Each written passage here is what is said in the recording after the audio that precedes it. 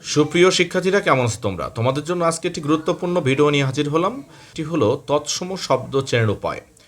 তৎসম শব্দ সংস্কৃত ভাষা থেকে আগত যেসব শব্দ কোনো ধরনের পরিবর্তন ছাড়াই বাংলা ভাষায় ব্যবহার হয়, সেই শব্দগুলোকে আমরা তৎসম শব্দ বলি। অর্থাৎ তৎ অর্থ তার, সম অর্থ সমান, অর্থাৎ তার সমান মানে সংস্কৃত ভাষার সমান। কিন্তু এখন এই শব্দগুলোকে আমরা কিভাবে চিনব?